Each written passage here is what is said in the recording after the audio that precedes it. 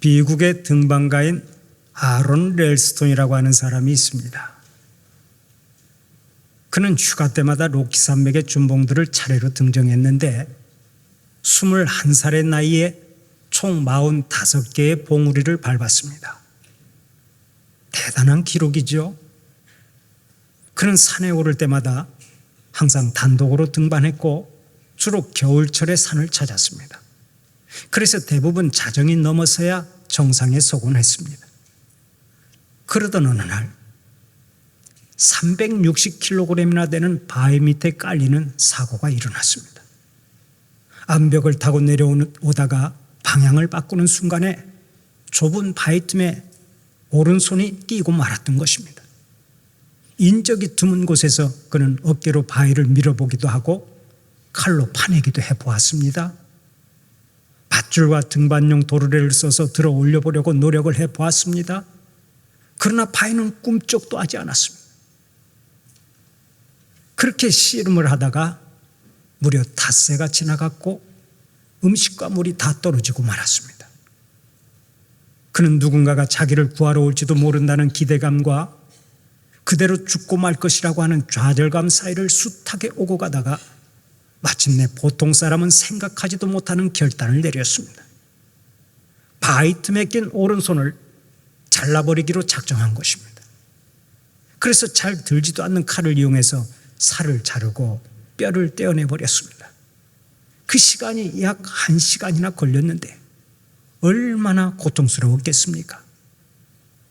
그러나 그는 팔을 잘라내버린 후에 함성을 지르면서 미친 듯이 웃었다고 합니다. 127시간이나 사투를 벌이다가 그 지옥과 같은 곳을 벗어날 수 있었기 때문에 그는 그렇게 함성을 지르면서 소리를 쳤다는 것입니다.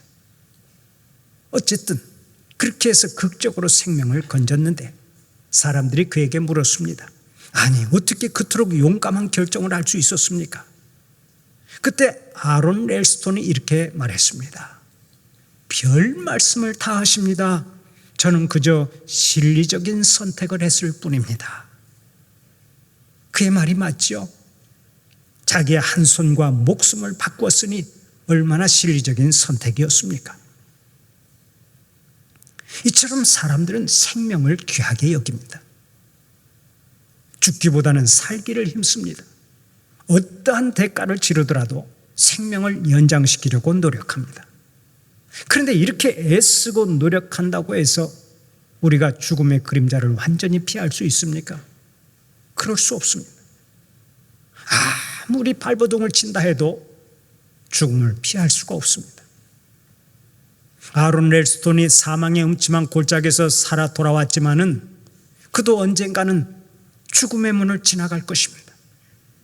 죽음을 피할 수 있는 사람은 이 세상에 없는 것입니다. 잘난 사람이나 못난 사람이나 부자나 가난한 자나 배운 자나 못 배운 자나 할 것 없이 우리는 언젠가 다 죽음의 문을 지나가야 합니다. 제 말이 맞으면 고개라도 한번 끄덕여 보세요. 주일날 아침부터 웬 죽음에 대한 이야기를 하나, 재수가 없다, 뭐 그런 생각을 하는 분이 혹시 계실지 모르겠습니다만은 우리가 잘 죽으려면 죽음을 생각해보고 그리고 내 마지막 그 죽음의 날을 기점으로 해서 오늘을 잘 살아야 되는 것입니다. 우리는 언젠가 반드시 죽음을 맞이해야 하는 존재이기 때문에 그렇습니다. 욥기 21장 23절 이하를 보면 오늘도 이렇게 성경은 말씀합니다. 어떤 사람은 죽도록 기온이 충실하여 안전하며 평안하고 그의 그릇에는 젖이 가득하며 그의 골수는 윤택하고 어떤 사람은 마음의 고통을 품고 죽음으로 행복을 맛보지 못하는도다. 이 둘이 매 한 가지로 흙 속에 눕고 그들 위에 구더기가 덮이는구나. 전도서 8장 8절에서도 같은 뜻으로 말씀합니다. 바람을 주장하여 바람을 움직이게 할 사람도 없고 죽는 날을 주장할 사람도 없느니라. 우리가 언젠가는 다 죽음을 맞이해야 하지만 그 죽음조차도 100% 인간의 권한 밖에 있다는 말씀입니다. 인간의 출생도 그렇지만 죽음 역시 하나님의 권한이지 인간의 권한이 아닙니다. 때가 되어 하나님께서 부르시면 우리는 언제라도 돌아가야 합니다. 좀 더 빨리 가고 늦게 갈 뿐이지 조만간에 다 가야 하는 것입니다. 어떤 목사님이 충청도 사람을 만나서 농담삼아 한마디 했답니다. 충청도 사람은 말이 느려서 죽는 것도 천천히 죽을 것 같아서 좋겠습니다. 그랬더니 충청도 사람이 하는 얘기가 이랬답니다. 목사님이 뭘 모르시네요. 죽었다는 표현을 충청도 사람보다 더 급하고 간단하게 하는 사람들이 어디 있습니까? 서울 사람들은 사람이 죽으면 돌아가셨습니다 하고 말하고, 경상도 사람은 돌아가셨다 아닙니까 하고 말합니다. 그리고 전라도 사람은 세상을 버려버렸단께 하고 말합니다. 그러나 우리 충청도 사람은 아주 간단하게 두 자로 끝내버립니다. 가슈 하고 끝냅니다. 목사님, 이보다 더 급하고 간단한 표현이 어디 있습니까? 그래서 함께 크게 웃었다는 그런 이야기가 있습니다. 충청도 사람이 죽음의 표현에 있어서만큼은 제일 간단하고 급합니다. 그런데 빨리 가든 천천히 가든 언젠가 우리는 반드시 죽음을 맞이해야 합니다. 그러면 죽음을 어떻게 맞이해야 하겠습니까? 언젠가 죽어야 한다면, 언젠가 죽음의 문을 지나가야 한다면 그 죽음을 어떻게 준비해야 하겠느냐는 말씀입니다. 미국의 부자 가운데 윌리엄 할스트라고 하는 사람이 있었습니다. 이 사람은 나이가 60세가 되었을 때 자기 자녀들과 친척과 친구들을 전부 다 불러놓고 이렇게 엄명을 내렸다고 합니다. 앞으로 내 앞에서는 절대 농담이라도 죽음이라는 단어를 입 밖에 꺼내지 말아라. 명심하고 죽음이라고 하는 단어를 꺼내지 말아라. 그렇게 명령을 내렸다고 합니다. 그의 마음속에는 죽음에 대한 두려움이 꽉 차 있어서 말도 꺼내지 못하게 했던 것입니다. 그러나 로마의 한 황제는 신하들이 아침마다 자기를 아련할 때 이렇게 인사하라고 명령을 내렸습니다. 폐하도 언젠가 죽는다고 하는 것을 기억하십시오. 황제는 항상 죽음을 생각하고 살았습니다. 두 사람이 너무나 대조적이죠. 그런데 재밌는 결과가 나타났습니다. 윌리엄 할스트라고 하는 부자는 죽을 때 무지무지한 고통 속에서 몸부림치며 죽었고, 로마의 황제는 아주 편안한 죽음을 맞이했다고 합니다. 죽음은 준비하는 사람들에게만 승리를 가져다 줍니다. 죽음은 준비하는 사람에게만 참 안식과 평안을 가져다 주는 것입니다. 사랑하는 우리 성도들은 죽음을 잘 준비하는 지혜로운 자들이 되시기를 바랍니다. 그러면 죽음을 잘 준비한다는 말이 무슨 뜻입니까?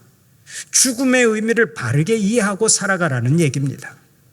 죽음이 무엇인지 바르게 이해하는 사람만이 죽음을 잘 준비하고 한 생을 성공적으로 살아갈 수 있는 것입니다. 오늘의 본문을 보면 죽음의 의미를 잘 이해했던 사도 바울의 고백이 나오죠. 바울은 세상을 떠나기 직전인 AD 67년경에 로마의 감옥에서 자신의 죽음을 예견하며 이렇게 고백했습니다. 천재와 같이 내가 벌써 부어지고 나의 떠날 시각이 가까웠도다. 여기서 전제라고 하는 말은 구약시대의 한 제사법으로서 관제라고도 하는데, 제물 위에 포도주를 붓는 제사를 뜻합니다. 이 제사를 드릴 때 맨 마지막으로 포도주를 부으면 모든 예식이 끝납니다. 바로 그것처럼 사도 바울은 자신의 생명을 하나님께 쏟아붓고 이제는 떠날 때가 되었다는 얘기입니다. 바울은 죽음을 바라보고 죽음을 준비한 자가 되었던 것입니다. 오늘은 바울의 이 고백을 통해서 죽음이 무엇인지를 생각해보고 함께 은혜를 나누고자 합니다. 여러분, 죽음이 무엇입니까? 첫째로 죽음은 떠나는 것입니다. 오늘의 본문 6절을 보면 천재와 같이 내가 벌써 부어지고 나의 떠날 시각이 가까웠도다 라고 말씀합니다. 바울은 자신의 죽음이 얼마 남지 않은 것을 알고 떠날 때가 가까이 왔다고 고백하고 있습니다. 바로 이 고백처럼 죽음은 세상을 떠나는 것입니다. 우리의 영혼이 육체에서 떠나고 세상에서 떠나는 것이 죽음이라는 얘기입니다. 그렇습니다. 죽음은 이 세상을 떠나고 사랑하는 사람을 떠나가는 것입니다. 그러나 떠난다고 해서 그것이 종말을 의미하는 것은 아닙니다. 소멸을 뜻하지도 않습니다. 성경에서 말하는 죽음은 결코 비극적인 종말을 의미하지 않습니다. 본문에 나오는 떠난다라고 하는 말이 헬라어로는 아날리세우스라고 되어 있는데 이 용어는 두 가지의 의미를 가지고 있습니다. 하나는 선원이 배를 바다로 출항시키기 위해서 정박해 놓았던 배의 밧줄을 푼다라는 뜻을 가지고 있습니다. 그러므로 배의 밧줄을 푼다는 얘기는 또 다른 목적지를 향해서 새로운 여행을 하게 된다는 것입니다. 죽음이 절대로 종말이나 소멸을 의미하는 것이 아니라는 말씀입니다. 또 하나, 떠난다라고 하는 말은 나그네가 다음날 새로운 행진을 하기 위해서 자신이 거쳐야 하던 장막을 걷는다라는 뜻을 가지고 있습니다.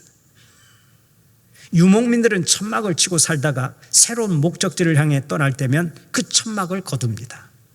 바로 그것을 의미합니다. 그러므로 여기서도 떠난다라고 하는 말이 종말을 의미하는 것이 아닙니다. 죽음은 새로운 곳으로 이사가는 여행의 출발이라고 할 수가 있습니다. 이것이 우리에게 얼마나 큰 소망을 줍니까? 죽음은 마지막이 아니라 새로운 여행의 출발인 것입니다. 이것을 확신하고 살았던 본헤퍼 목사님의 일화가 있습니다. 독일의 본헤퍼 목사님은 나치의 반대운동을 하다가 감옥에 갇혔습니다. 교수형을 당하게 되었습니다. 어느 날 간수가 그의 이름을 불렀습니다. 그때 그는 직감적으로 자기의 마지막이 온 것을 알았습니다. 그래서 감옥에 있는 동료들에게 이런 말로 인사를 했습니다. 친구 여러분, 이제 저의 새로운 여행이 시작됩니다. 이것은 결코 저의 마지막이 아닙니다. 저는 새로운 여행을 위해서 출발하는 것입니다. 잠시 후에 다시 만납시다. 얼마나 당당한 고백입니까? 성경이 가르쳐주는 죽음이 바로 이런 것입니다. 죽음은 새로운 목적지를 향한 떠남입니다. 그러면 우리가 어디로 갑니까? 하나님께서 예비해 놓으신 하늘나라로 가는 줄 믿으시기를 바랍니다. 하늘나라에는 눈물이 없습니다. 애통하는 것이 없습니다. 곡하는 것이 없습니다. 아픈 것이 없습니다. 다시는 사망도 없습니다. 영원한 기쁨만 있는 하늘나라가 우리의 목적지입니다. 그래서 천상병 시인은 귀천이라고 하는 시에서 이렇게 노래한 바 있습니다. 나 하늘로 돌아가리라. 새벽비와 닿으면 쓰러지는 이슬 더불어 손에 손을 잡고 나 하늘로 돌아가리라.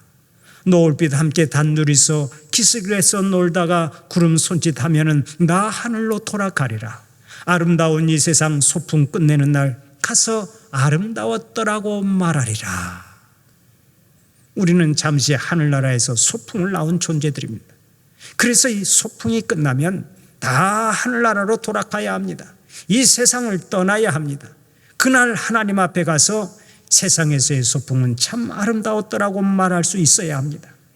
사랑하는 우리 성도들은 오늘을 잘 살아서 이 세상을 떠나가는 날이 가장 영광스러운 날이 되시기를 간절히 바랍니다. 두 번째로, 죽음은 다시 태어나는 것입니다. 우리에게는 늘 죽음의 그림자가 따라다닙니다.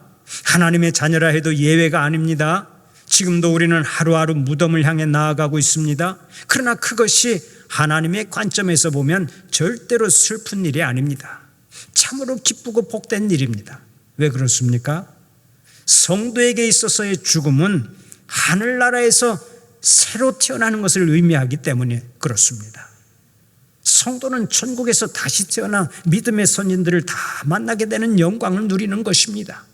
그래서 전도서 7장 1절을 보면 오늘 또 이렇게 말씀합니다. 죽는 날이 출생하는 날보다 나으며, 우리의 임종이 가까워지면 천사들은 마치 분만실 앞에서 손자를 기다리는 할머니의 심정으로 우리를 지켜보며 말할 것입니다. 자, 조용히 좀 해봐. 조금 있으면 태어날 것 같아. 얼른 새 식구들을 보고 싶어서 다들 안달을 할 것입니다. 세상에서는 유족들이 검은색 정장을 입고 연구차를 따라가지만 하늘나라에서는 가족들이 가장 아름다운 옷을 입고 우리를 기다리는 것입니다. 우리가 아는 대로 이 땅에서 아기가 태어나는 것을 보고 우는 사람은 없습니다. 감격스러워서 울지 모든 가족들은 활짝 웃으면서 아이를 영접합니다. 아기는 태어나면서 소리를 치며 울지만은 식구들은 환하게 웃는 거예요. 하늘나라에서도 마찬가지입니다. 주님의 자녀들이 이 세상을 떠나는 순간 천국 시민은 누구도 눈물 짓지 않습니다. 환한 얼굴로 우리들을 열렬히 환영합니다. 그러니까 하늘과 땅은 정반대의 현상이 일어나는 것입니다. 사람이 죽으면 땅에서는 슬픔의 눈물을 흘리지만 하늘나라에서는 활짝 웃으면서 잔치를 벌인다는 얘기입니다. 그런데도 많은 사람들이 죽음을 생각하며 슬퍼합니다.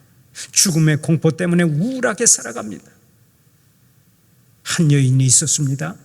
이 여인은 젊었을 때부터 자신의 목숨은 바람 앞에 촛불과 같아서 언제 끊어질지 모른다고 두려워하며 살았습니다. 얼마나 걱정이 되었는지 37살 때부터 아예 침대에서 살다시피 했습니다.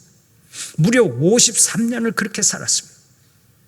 젊은 시절에 스스로 내린 사망 선고는 90세가 되어서야 현실이 되었지만 그녀는 평생 죽음을 두려워하고 강박감 속에서 살았습니다. 하지만 크림 전쟁이 한창이던 3년 동안만큼은 죽음을 겁내는 여인이 아니라 그런 이들을 돕는 친구로 명성을 떨쳤습니다.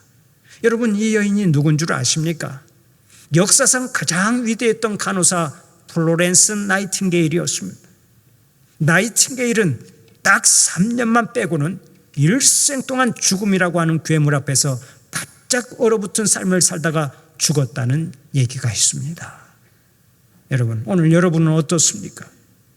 혹시 죽음의 공포가 삶의 기쁨을 갉아먹고 있지는 않습니까?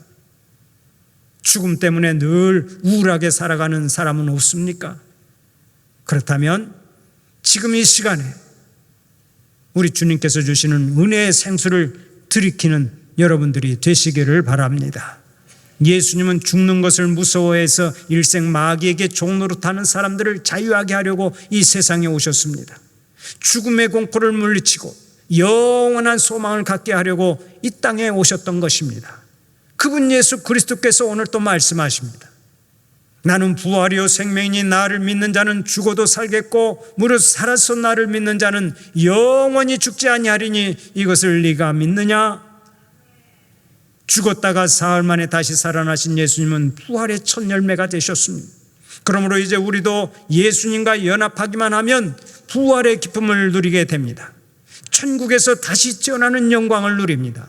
주님과 함께 영원히 사는 복을 얻습니다. 믿으시면 크게 아멘 합시다. 우리가 주님과 연합하기만 하면 우리는 죽어도 살고 천국에서 영원히 주님과 함께 사는 복을 누리게 되는 것입니다. 성경을 보면 예수님이 삶과 죽음의 주관자라고 하는 것을 보여주는 사건이 나옵니다. 나사로라고 하는 사람이 있었습니다. 예수님을 무척이나 따르고 사랑하는 사람이었는데 어느 날 그가 죽었습니다. 그때 예수님이 그의 무덤가에 가서 그에게 명령하셨습니다. 나사로야, 일어나 나오너라. 그러자 죽은 지 나흘이나 된 나사로가 돌무덤 속에서 걸어 나왔습니다. 가족들이 참으로 기뻐했습니다. 그러나 그 중에는 이런 생각을 한 사람도 있었을 것입니다. 어차피 살려내실 것이라면 왜 나사로가 죽도록 내버려 두셨나? 하지만 그 이유가 있습니다. 주님께서는 그 사건을 통해서 주님이 삶과 죽음의 주관자이심을 보여주시고자 했던 것입니다. 그렇습니다. 주님은 삶과 죽음의 주관자이십니다. 그래서 사탄의 목을 짓밟고 죽음과 정면으로 맞서서 이렇게 선포하셨습니다. 네가 죽음을 끝이라고 했느냐? 그 말은 틀린 말이다. 죽음은 하늘나라로 올라가는 엘리베이터일 뿐이다. 하늘나라로 올라가는 관문일 뿐이다. 죽음은 하늘나라로 입성하기 위해서 타고 가는 엘리베이터와 같습니다. 천국에 가기 위해서 반드시 지나가야 하는 하나의 관문이라는 말씀입니다. 그러나 그 관문을 지나가기만 하면 천국에서 다시 태어나는 영광을 누리죠. 그날이 되면 우리가 그렇게도 사모하던 예수님을 만납니다. 그날이 되면 우리가 그렇게 사모하던 믿음의 선진들을 다 만납니다.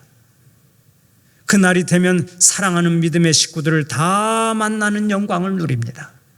사랑하는 우리 성도들에게 그 영광과 기쁨과 은혜가 충만하시기를 간절히 축원합니다. 마지막으로 죽음은 상급입니다.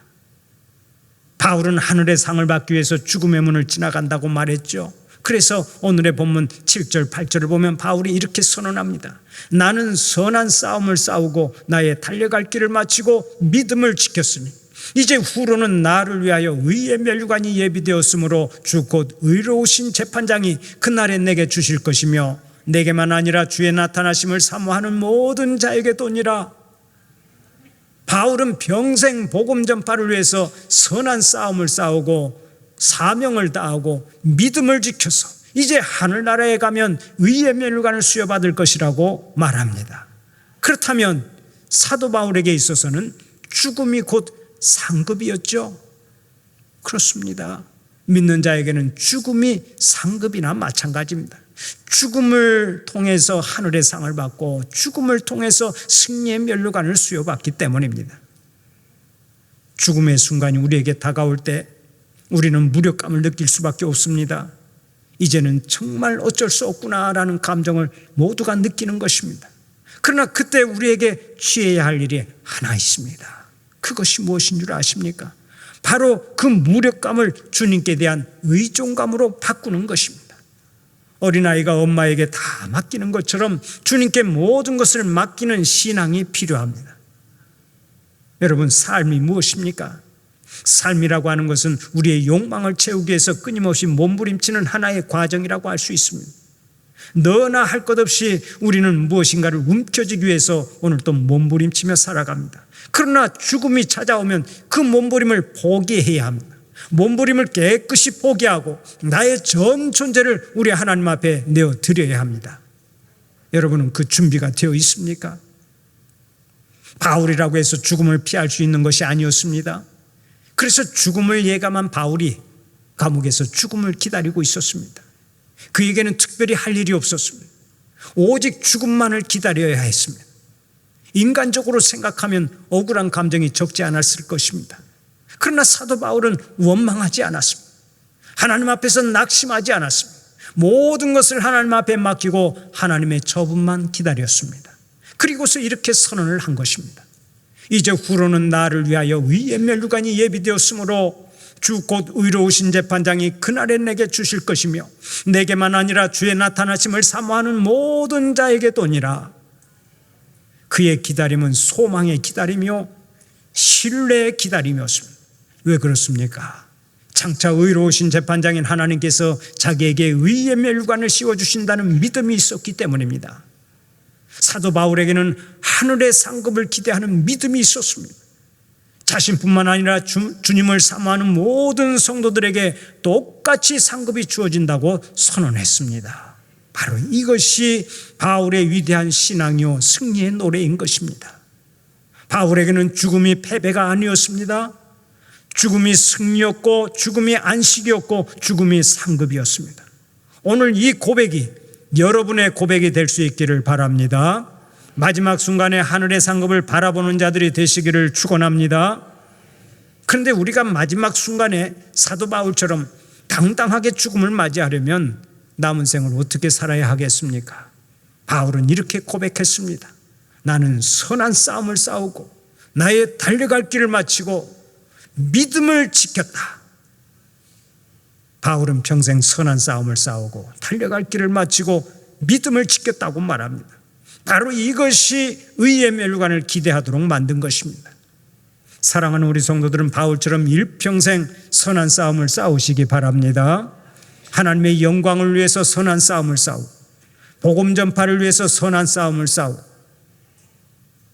성공적인 삶을 살기 위해서 선한 싸움을 잘 싸워서 죽음을 준비하는 하나님의 사람들이 되시기를 바랍니다. 또 달려갈 길을 잘 달려야 합니다. 주신 사명을 잘 감당해야 죽음을 당당하게 맞이할 수 있는 것입니다. 그리고 믿음을 지켜야 합니다.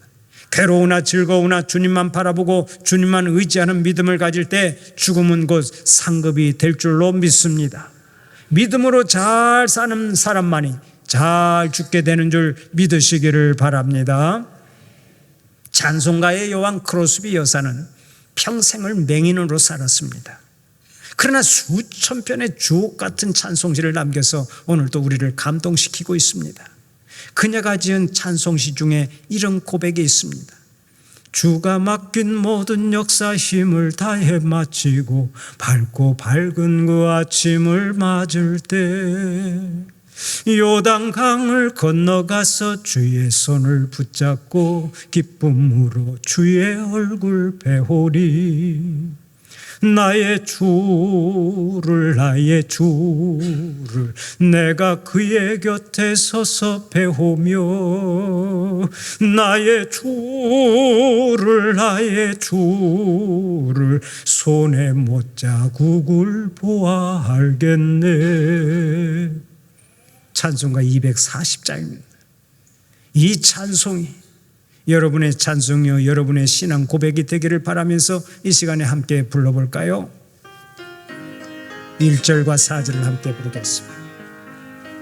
주가 맡긴 모든 역사 힘을 다해 마치고 밝고 밝은 그 아침을 맞을 때 요단강을 건너가서 주의 손을 붙잡고 기쁨으로 주의 얼굴 배우 나의 주를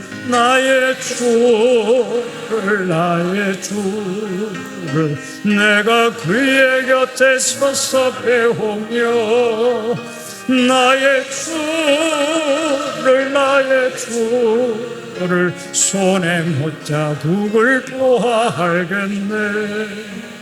영화로운 시온성에 들어가서 다닐 때 흰옷 입고 황금길을 다니며 금과 은과 맞추어서 새 노래를 부를 때 세상 고생 모두 잊어버리네. 나의 주를